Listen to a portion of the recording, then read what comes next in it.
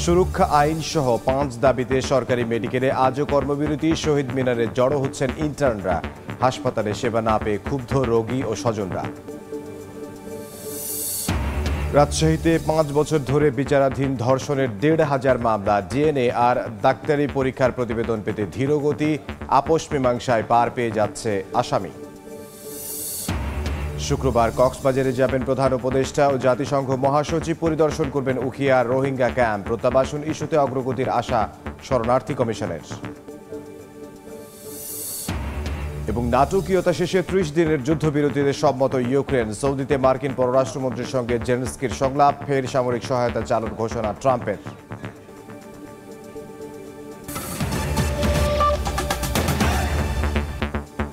সময় সংবাদের সঙ্গে আছি আমি ইমদাদুল হক। আগুনে পুড়ল মহাখালীর 7 তলা বস্তির শতাধিক ঘর। তাড়াহুড়া করে কোনো রকমে বের হন বাসিন্দারা। ফায়ার সার্ভিসের 8টি ইউনিট প্রায় 2 ঘন্টার চেষ্টায় আগুন নিয়ন্ত্রণে আনে।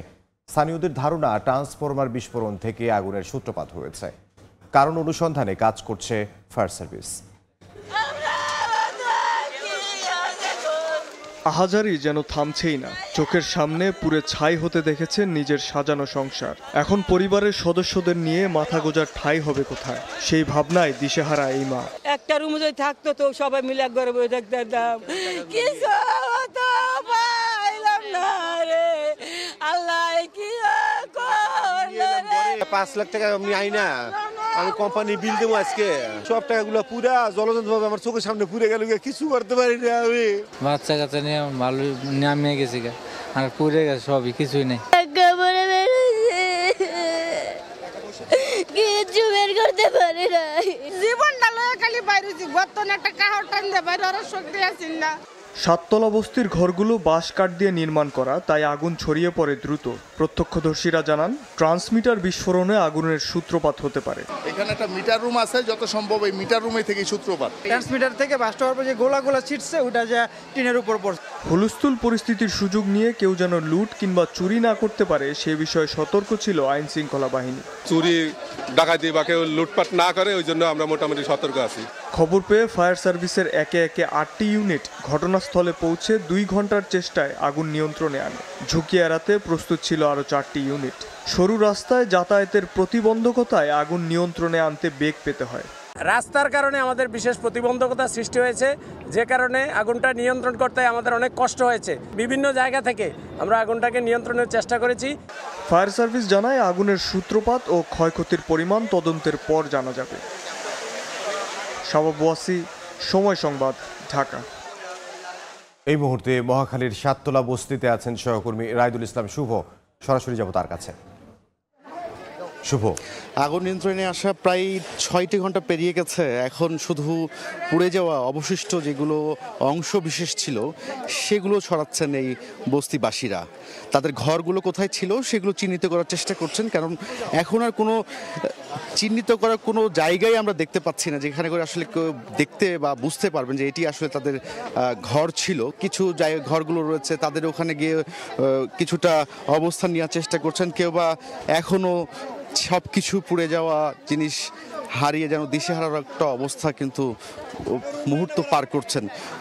সব কিছু মিলে কিছুক্ষণ পরপরই আমরা দেখতে পাচ্ছি যে বিভিন্ন এনজিও বা বিভিন্ন সংস্থাগুলো এখানে আসছেন, এসে কতগুলো ঘর বাড়ির ক্ষয়ক্ষতি হয়েছে বা কার কতটুকু কি মালামালের ক্ষতিগ্রস্ত হয়েছে সব কিছু খবর নিয়ে যাচ্ছেন। এখানে যেখানে ট্রান্সফরমারটি বাস্ট হয়েছিল সেখানকার আমরা দেখতে পেয়েছি যে বৈদ্যুতিক লোকজন তারা এসে তারগুলো পরিবর্তন করে গিয়েছেন অল্প কিছুক্ষণ আগে।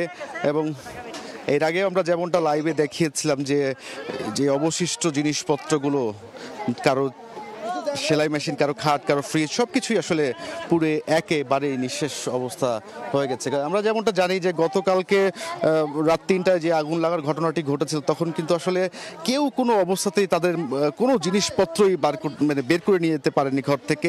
খালি হাতে একবার নিজের জীবন বাঁচানোর জন্য তারা আসলে বের হয়ে যান। পেছনের একটা ঘর সেটি ভেঙে নিজেদেরকে জীবন রক্ষা করেন। আবার যেই জায়গাটি আসলে ট্রান্সফরমারটি রয়েছে সেখানে প্রবেশ মুখ ছিল এই যেই বস্তিটি রয়েছে সেই বস্তির প্রবেশ মুখ ছিল বলে স্থানীয়রা যেমনটা বলেছিলেন। তো এক কথায় যদি বলতে চাই, এখন একেবারেই এখানকার মানুষ দিশেহারা অবস্থায় রয়েছে, সব কিছু পুড়ে শেষ বলে দেখা যাচ্ছে। সব কিছু মিলে এই ছিল আমার কাছে সব শেষ। মহাখালী থেকে সহকর্মী রাইদুল ইসলাম শুভ। সুরক্ষা আইন সহ 5 দফা দাবিতে সরকারি মেডিকেল কলেজ হাসপাতালে আজও কমপ্লিট শাটডাউন কর্মসূচি পালন করছেন ইন্টার্ন চিকিৎসকরা। সকাল থেকে ঢাকা মেডিকেল কলেজ হাসপাতালে শুরু হয় ইন্টার্ন চিকিৎসা। বহির্বিভাগে বন্ধ রাখা হয় সেবা। এতে দূর দূরান্ত থেকে আসা রোগী ও স্বজনরা পড়েন বিপাকে। আন্দোলনকারী চিকিৎসকদের দাবি, ম্যাটস থেকে নিবন্ধন পাওয়া মেডিকেল সহকারীরা ডক্টর পরিচয়ে রোগীকে চিকিৎসা দিলে দেশে মৃত্যু ঝুঁকি বাড়বে। ডক্টর পদবি শুধু এমবিবিএস ও বিডিএস ডিগ্রিধারীদের জন্য সীমিত রাখা এবং মানহীন বেসরকারি মেডিকেল কলেজ বন্ধ সহ 5 দফা দাবিতে বিক্ষোভ করছেন ইন্টার্ন চিকিৎসকরা।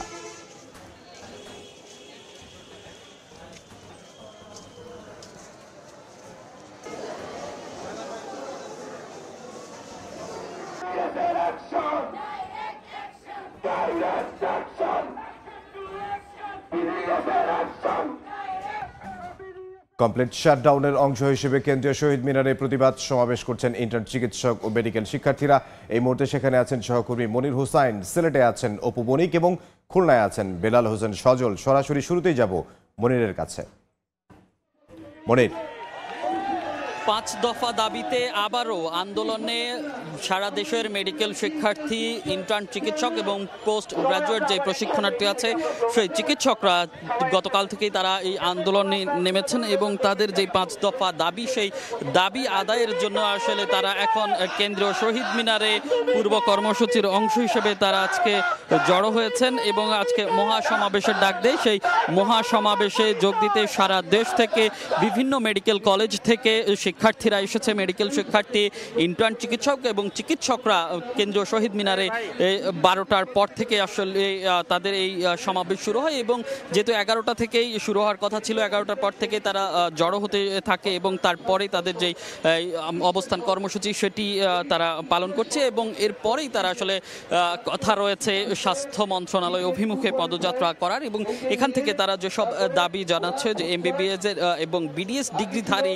ছাড়া অন্যান্য যারা যে চিকিৎসক বা ডাক্তার পদবি ব্যবহার করছে অবিলম্বে সেই যাতে বন্ধ করা হয় সেই দাবি তারা জানাচ্ছে এবং তারা যেটি বলছেন এখানকার চিকিৎসক এবং যেই শিক্ষার্থীরা আছেন তারা যেটি বলছে যে এই যে ম্যাটস বা ডিগ্রি এবং ডিপ্লোমাধারীরা যে চিকিৎসক পদ ব্যবহার করছে এতে আসলে মূলত ক্ষতি হচ্ছে প্রান্তিকের যে জনগণের অর্থাৎ সাধারণ মানুষ, তারা আসলে অপচিকিৎসার শিকার হচ্ছে বলে অভিযোগ তাদের। এই জন্য আসলে তারা বলছেন যে এই দায় সর্বোপরি যে চিকিৎসকরা আছেন যে সেই চিকিৎসকদের উপর বর্তায় আর সেই দায়ের কারণেই আসলে তারা এটি বলছেন এবং তারা বলছে অবিলম্বে যেই দাবি তাদের যে 5 দাবি এবং স্বাস্থ্য সুরক্ষা আইন প্রণয়ন করতে হবে সেই দাবি নিয়ে আসলে এখানে কেন্দ্রীয় শহীদ মিনারে তারা জড়ো হয়েছেন এবং এখানে তারা তাদের যে দাবি সেটি উত্থাপন করছেন। তো একই দাবিতে সারা দেশেই আন্দোলন চলছে এই মেডিকেল শিক্ষার্থীদের। আমরা যেতে চাই সিলেটে, সেখানে আছেন সহকর্মী অপু বণিক। মেডস ডিএমএফএফ ইস্যুতে স্বাস্থ্য মন্ত্রণালয়ের যে সিদ্ধান্ত ছিল সেই সিদ্ধান্তর বিরুদ্ধে কিন্তু সারা বাংলাদেশে ইন্টার্ন চিকিৎসকরা 5 দফা দাবি আদায়ের লক্ষ্যে তারা কর্মবিরতি পালন করছেন এবং আপনারা জানেন যে গতকাল থেকে কমপ্লিট শাটডাউন চলছে সিলেটে এবং এই মুহূর্তে তারা আজকে সকাল থেকে কিন্তু সিলেট কেন্দ্রীয় শহীদ মিনার প্রাঙ্গণে কিন্তু তারা অবস্থান নিয়েছেন এবং তাদের সাথে সাথে সাধারণ শিক্ষার্থী সহ সকল যারা রয়েছেন ইন্টার্ন চিকিৎসক এবং সাধারণ শিক্ষার্থীবৃন্দ, Sylhet MAG Usmani medical college সহ সিলেটের সরকারি বেসরকারি সকল হাসপাতালের চিকিৎসকরা আসলে আজকে কোনো ধরনের কর্মে জয়েন করছেন না এবং তারা সব ধরনের সেবা থেকে কিন্তু তারা নিজেদেরকে সরিয়ে রেখেছেন। যদিও আজকে আদালতের একটি রায় রয়েছে, তো সেই রায়কে কেন্দ্র করে কিন্তু সকাল থেকে তারা একটা পক্ষ কিন্তু সকাল থেকে সেটা কেন্দ্রীয় শহীদ মিনার প্রাঙ্গণে অবস্থান নিয়েছেন এবং আপনাদেরকে আরেকটি বিষয় জানিয়ে রাখতে চাই, গতকাল কিন্তু ইন্টার্ন চিকিৎসকরা সিলেট এমএজি মেডিকেল কলেজের এখান থেকে একটি পক্ষ কিন্তু ঢাকামুখী লং মার্চের করে কিন্তু তারা ওইখানে গিয়ে অবস্থান নিয়েছেন এবং এখানকার যিনি রয়েছেন দায়িত্বপ্রাপ্ত আদনান, তিনি আমাদেরকে যেমনটি জানিয়েছেন যে রায় না আসা পর্যন্ত কিন্তু তারা সব ধরনের কার্যক্রম থেকে নিজেদেরকে বিরত রাখবেন এবং যেহেতু সেবা খাতের একটি প্রশ্ন থেকেই যায়, তো সেই ক্ষেত্রে Sylhet MAG medical Usmani medical কলেজে দুজন রেজিস্টার চিকিৎসক রয়েছেন, তারা সর্বদাই কিন্তু তারা চেষ্টা করছেন যারা একদম গুরুতর অবস্থায় আসেন তাদেরকে চিকিৎসা দেওয়ার জন্য। এবং সব মিলিয়ে আসলে সিলেটের এই মুহূর্তে কেন্দ্রীয় শহীদ মিনার প্রাঙ্গণে সকল চিকিৎসক এবং জালালাবাদ রাকিব রাবেয়া মেডিকেল কলেজ সহ ওমেন্স মেডিকেল কলেজ, পাশাপাশি সিলেট এমএজি উসমানী মেডিকেল কলেজের ইন্টার্ন চিকিৎসক এবং সাধারণ শিক্ষার্থীরা কিন্তু তারা এখানে চলে এসেছেন এবং সকাল থেকে কিন্তু আসলে তারা এখানে অবস্থান নিয়েছেন। তো দেখা যাচ্ছে যে যেহেতু রায় আছে, রায়কে কেন্দ্র করে কিন্তু আজকের সিলেটের শহীদ মিনার প্রাঙ্গণে কিন্তু তারা এখানে অবস্থান নিয়েছেন। যদি কোনো ধরনের সিদ্ধান্ত না আসে সেই ক্ষেত্রে তারা সামনে আরো কর্মসূচি দেবেন। তো সিলেট থেকে কমপ্লিট শাটডাউনের এই ছিল আমার কাছে সর্বশেষ। এই মুহূর্তে চলে যাব খুলনায়, সেখানে রয়েছেন আমাদের সহকর্মী, জানবো তার কাছ থেকে সর্বশেষ। এমবিবিএস ও বিডিএস ব্যতীত কেউ ডাক্তার পদবি লিখতে পারবেন না সহ 5 দাবিতে খুলনা সহ সারা বাংলাদেশেই মেডিকেল শিক্ষার্থী ও চিকিৎসকরা কিন্তু কর্মবিরতি, আন্দোলন, শাটডাউন সহ বিভিন্ন কর্মসূচি কিন্তু তারা পালন করছেন। সেই কর্মসূচির কারণেই কিন্তু আমরা দেখছি প্রতিনিয়তই কিন্তু এই যারা সেবা প্রত্যাশী রয়েছেন তারা দুর্ভোগে পড়ছেন। তেমনই চিত্র কিন্তু আজকে দেখা যাচ্ছে। আজ খুলনা মেডিকেল কলেজ হাসপাতালে সকাল 10টা থেকে কিন্তু কর্মবিরতি শুরু করেছেন মেডিকেলের যারা চিকিৎসক রয়েছেন, ইন্টার্ন চিকিৎসক, মিড লেভেল চিকিৎসক সহ যারা শিক্ষার্থী রয়েছে তারাও কিন্তু কর্মবিরতিতে রয়েছেন। এবং 10টা থেকে দুপুর 12টা পর্যন্ত আমরা দেখেছি অবস্থান কর্মসূচি এবং বিক্ষোভ মিছিল কিন্তু অনুষ্ঠিত হয়েছে। তারই ফলে কিন্তু সকাল 10টার থেকেই কিন্তু এখানে যে আউটডোরটি রয়েছে সেখানেও যেমন চিকিৎসা সেবা বন্ধ রয়েছে, ঠিক তেমনিভাবে ইনডোরেও কিন্তু চিকিৎসা সেবা বন্ধ রয়েছে। শুধুমাত্র জরুরি যে সেবাটা এমার্জেন্সি সেটি কিন্তু চালু রয়েছে। যারা আউটডোরে এখানে চিকিৎসা নিতে আসেন, যেহেতু খুলনা মেডিকেল কলেজ হাসপাতাল দক্ষিণ অঞ্চলের সর্ববৃহৎ চিকিৎসা কেন্দ্র, সেক্ষেত্রে কিন্তু এখানে প্রতিদিন যে আউটডোরে কমপক্ষে 2000 থেকে 2500 যারা রোগী রয়েছেন তারা কিন্তু খুলনা নয়, খুলনার পার্শ্ববর্তী খুলনা সহ যে পার্শ্ববর্তী জেলা শহরগুলো রয়েছে সেখান থেকেও কিন্তু এখানে সেবা নিতে আসেন। ফলে আমরা দেখতে পাচ্ছি যে আউটডোরের সামনে যেমন সেবা প্রত্যাশীদের দুর্ভোগ এবং নানা বয়সের মানুষ কিন্তু তারা সেই সকাল থেকে বলা যায় যে যেহেতু রামপাল, ডাকো, বৈঠাটা মানে দূর দূরান্ত প্রত্যন্ত অঞ্চল থেকে যেহেতু বিভাগীয় শহরে সেবা নিতে আসেন, সেক্ষেত্রে কিন্তু তারা বাড়ি থেকে সকাল 7টা 8টার দিকেই রওনা দিন খুলনার উদ্দেশ্যে। তারা কিন্তু এখানে এসেছেন এবং আসার পর থেকে আমরা দেখছি প্রায় 8টা 9টা মানে এখানে টিকিটটি দেওয়া হয়, কিন্তু যে আউটডোরের যে টিকিট সেটা কিন্তু সকাল 8টা থেকে দেওয়া হয়। তারা কিন্তু সেই 8টা থেকে কিন্তু টিকিট না পেয়ে এখন প্রায় 12টা অতিক্রম করতে চললো, প্রায় 3 থেকে 4 ঘন্টা কিন্তু তারা এখানে বসে আছেন। এবং ভেতরে কিন্তু এই চিত্রটি আরো বড়, যেহেতু এখানে বাইরে অল্প কিছু লোক আছেন এবং ভিতরেও কিন্তু যে যারা সেবা নিতে এসেছেন তাদের দুর্ভোগটা কিন্তু একদম চরমে পৌঁছেছে। এই ছিল আমার কাছে খুলনা থেকে যে চিকিৎসকদের যে কর্মবিরতি, তার ফলে যে রোগীদের যে দুর্ভোগ, তার সর্বশেষ সংবাদ। ইন্টার্ন চিকিৎসকদের কমপ্লিট শাটডাউনের খবর আমরা জানছিলাম। খুলনা থেকে যোগ দিয়েছিলেন বেলাল হোসেন সজল, তার আগে সিলেট থেকে উপমনিক এবং তার আগে রাজধানীর কেন্দ্রীয় শহীদ মিনার থেকে সহকর্মী মনির হোসেন। রাজধানীর ধানমন্ডি থানার হত্যা মামলায় সাবেক আইসিটি প্রতিমন্ত্রী জুনায়েদ আহমেদ পলকের ফের 3 দিনের রিমান্ড মঞ্জুর করেছেন আদালত। একই মামলায় নিষিদ্ধ সংগঠন ছাত্রলীগের কেন্দ্রীয় সাংগঠনিক সম্পাদক সিয়াম রহমান ও আনোয়ার হোসেন নাইমের 4 দিনের রিমান্ড দেওয়া হয়েছে। এছাড়া লালবাগ থানার একটি হত্যা মামলায় সাবেক সংসদ সদস্য সোলাইমান সেলিম ও ধানমন্ডি থানার হত্যা চেষ্টা মামলায় সাবেক স্বরাষ্ট্রমন্ত্রী আসাদুজ্জামান খান কামালের ছেলে জ্যোতিকে 3 দিন করে রিমান্ড মঞ্জুর করেন ঢাকার মেট্রোপলিটন ম্যাজিস্ট্রেট আওলাদ হোসাইন মোহাম্মদ জুনায়েদের আদালত। আর পৃথক মামলায় গ্রেফতার দেখানো হয়েছে সালমান এফ রহমান, আতিকুল ইসলাম ও মহিবুল হককে।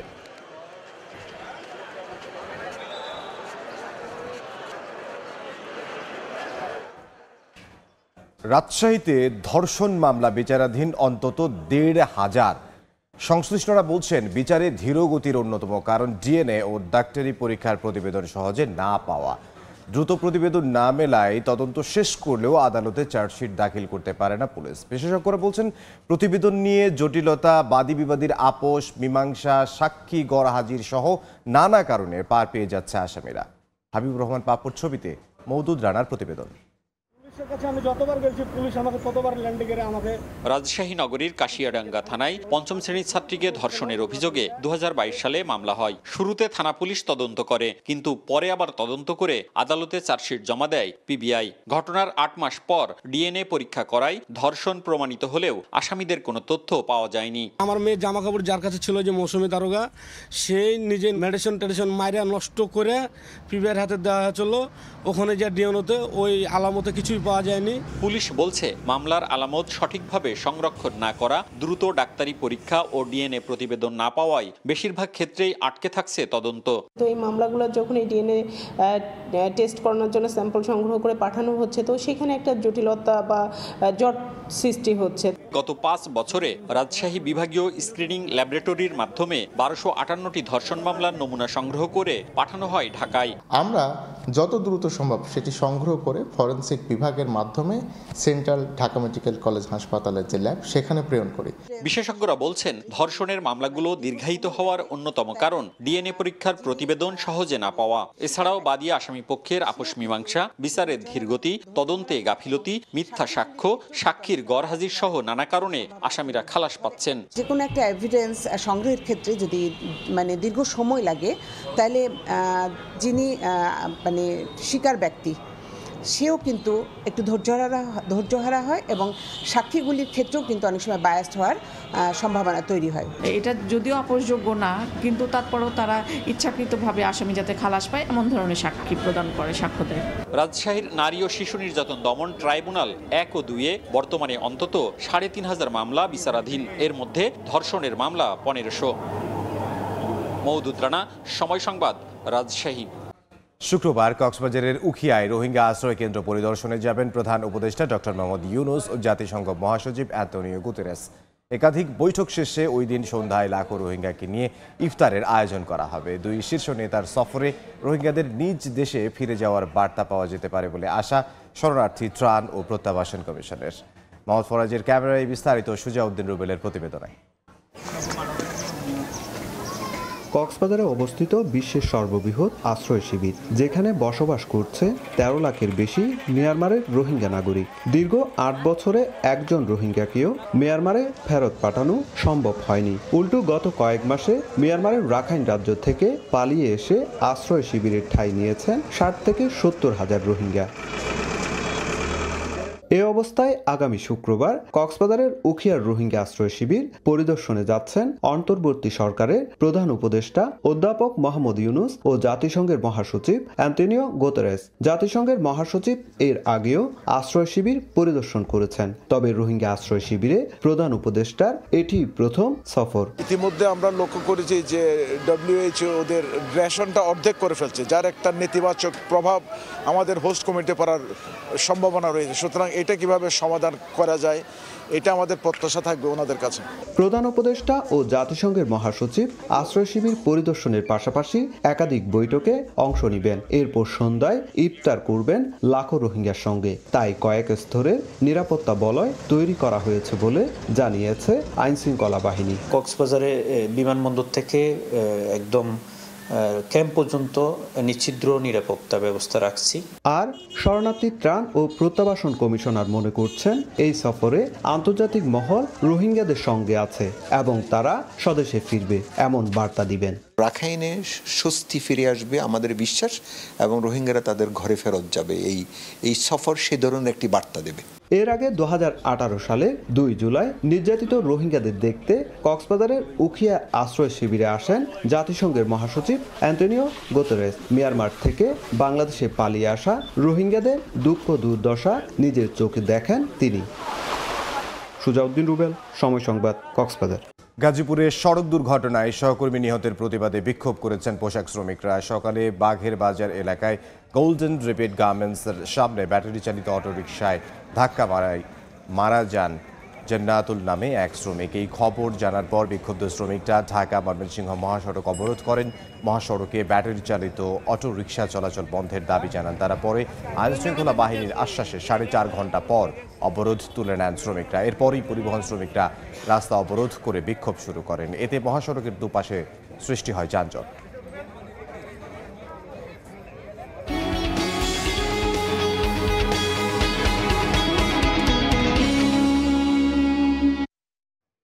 ঈদ সামনে রেখে ব্যাংকগুলোতে বাড়তে শুরু করেছে টাকা তোলার চাপ। এর জেরে কল মানি মার্কেটে গড় সুদ হার দাঁড়িয়েছে 10%। উৎসব কেন্দ্রিক অর্থনীতির গতি বাড়াতে ব্যাংকগুলোকে চাহিদা অনুযায়ী নগদ টাকার সরবরাহ নিশ্চিত করার পরামর্শ দিয়েছেন খাত সংশ্লিষ্টরা।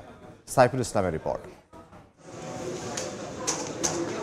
উৎসবকে কেন্দ্র করে চাঙ্গা হয় ব্যবসা বাণিজ্য, বাড়ে ব্যক্তিগত ও ব্যবসায়িক লেনদেন, চাহিদা বাড়ে নগদ টাকার। তাই ঈদকে সামনে রেখে ব্যাংকমুখ গ্রাহকদের ভিড়। প্রয়োজন মতো টাকা তুলতে পারা নিয়ে তাদের মাঝে দেখা গেল মিশ্র প্রতিক্রিয়া। কিছু কিছু ট্রানজেকশন আছে যেগুলো আমরা মোটামুটি করতে পারছি, ভালোভাবেই করতে পারতেছি। আমাদের লেনদেনগুলো ঠিকঠাক মতন হচ্ছে। অনেক ব্যাংক দিচ্ছে না, লেট করছে। মাঝে তো আরও অনেক সংকট ছিল, তখন দেখা গেছে ব্যাংকে আমরা যতটা চাহিদা ছিল ততটা আমরা দিতে পারে নাই। অনেকগুলো ব্যাংকে হচ্ছে যে টাকা পয়সা গ্রাহককে দিতে পারে না বা ট্রানজ্যাকশন অনেক সমস্যা আছে।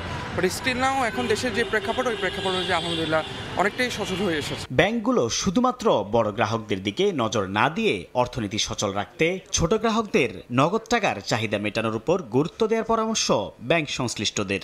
যেই ব্যাংকিং অতি দরিদ্র সাধারণ মানুষের ব্যাপারে দায়বদ্ধতা অনুভব করে না, যেই ব্যাংকের ম্যানেজিং ডিরেক্টর মনে করে যে নাকি আমার কাছে কারি টাকা নিয়ে আসতে পারবে, সেই আমার গ্রাহক, এবং তার জন্য পার্সোনালাইজড সার্ভিস দেওয়াটাকেই আমি ব্যাংকিং সেক্টরের সেবার ক্ষেত্রে আমি আমার ভালো বা বড় অঙ্গীকার মনে করি। এই ব্যাংকিংয়ের প্রতি আমার কোনো দরদ নাই। রুগ্ন ব্যাংকগুলোর গ্রাহকদের প্রয়োজন অনুযায়ী টাকা তোলার সুযোগ করে দিতে কেন্দ্রীয় ব্যাংকে ব্যবস্থা নেওয়ার পরামর্শ দিয়েছেন তারা। যেগুলো রুগ্ন ব্যাংক, তাই না, সেগুলোর থেকে যাতে টাকা পয়সা যাতে গ্রাহকরা পায়, অন্তত সেই ব্যবস্থাগুলো করার জন্য for the time being central ব্যাংকের আর ব্যবস্থা নিতে হবে। তুমি লিকুইডিটি ক্রাইসিসে কেন তোমার টাকাগুলো উদ্ধার হয় না, এই তো তুমি আমাকে দেখাও তুমি 6 মাসে কী করছো। তো যারা বেশি ভালো করতে পারছে তাদেরকে বেশি টাকা দেবে, যারা খারাপ করতে পারছে তাদেরকে দিবেই না। টাকা তোলার চাপ সামাল দিতে ব্যাংকগুলো নিজেদের মধ্যে স্বল্প সময়ের জন্য টাকা ধার করে। কল মানি মার্কেট নামে পরিচিত এই ব্যবস্থায় এখন সুদ হার ছাড়িয়েছে 10%। সাইফুল ইসলাম, সময় সংবাদ, ঢাকা। দেশের বাইরের খবর। সৌদি আরবের জেদ্দায় রাশিয়ার সঙ্গে 30 দিনের সাময়িক যুদ্ধবিরতির মার্কিন প্রস্তাবে রাজি হয়েছে ইউক্রেন। যদিও ইউক্রেনের যুদ্ধবিরতিতে সম্মতি জানানোর কয়েক ঘন্টার মধ্যে কিয়েভ ও খার্কিভে হামলা চালিয়েছে রাশিয়া। মঙ্গলবার কুরস্ক অঞ্চলের 12টি গ্রাম দখলের দাবি করেছে মস্কো। খুব দ্রুতই কিয়েভের অন্যতম গুরুত্বপূর্ণ এলাকা সুজ্জাহ নিয়ন্ত্রণে নিতে পারে মস্কো। এদিকে যুদ্ধবিরতির প্রস্তাবে পুতিন রাজি হবেন বলে আশা প্রকাশ করেছেন মার্কিন প্রেসিডেন্ট ডোনাল্ড ট্রাম্প। এছাড়াও যুদ্ধবিরতিতে সম্মত হওয়ায় ইউক্রেনের উপর থেকে সামরিক সহায়তা ও স্যাটেলাইটের ছবি বিনিময়ের নিষেধাজ্ঞা তুলে নিয়েছে যুক্তরাষ্ট্র। এ পর্যায়ে শীর্ষ সংবাদগুলো জানিয়ে দিচ্ছি আরও একবার। এমবিবিএস ও বিডিএস ডিগ্রি ছাড়া নামের আগে কেউ ডক্টর লিখতে পারবেন না। হাইকোর্টের রায় না মানলে কাল থেকে আইনি ব্যবস্থার নির্দেশ, স্বাগত জানালেন চিকিৎসকরা। এবং শুক্রবার কক্সবাজার যাবেন প্রধান উপদেষ্টা ও জাতিসংঘ মহাসচিব। পরিদর্শন করবেন উখিয়ার রোহিঙ্গা ক্যাম্প। প্রত্যাবাসন ইস্যুতে অগ্রগতির আশা শরণার্থী কমিশনের।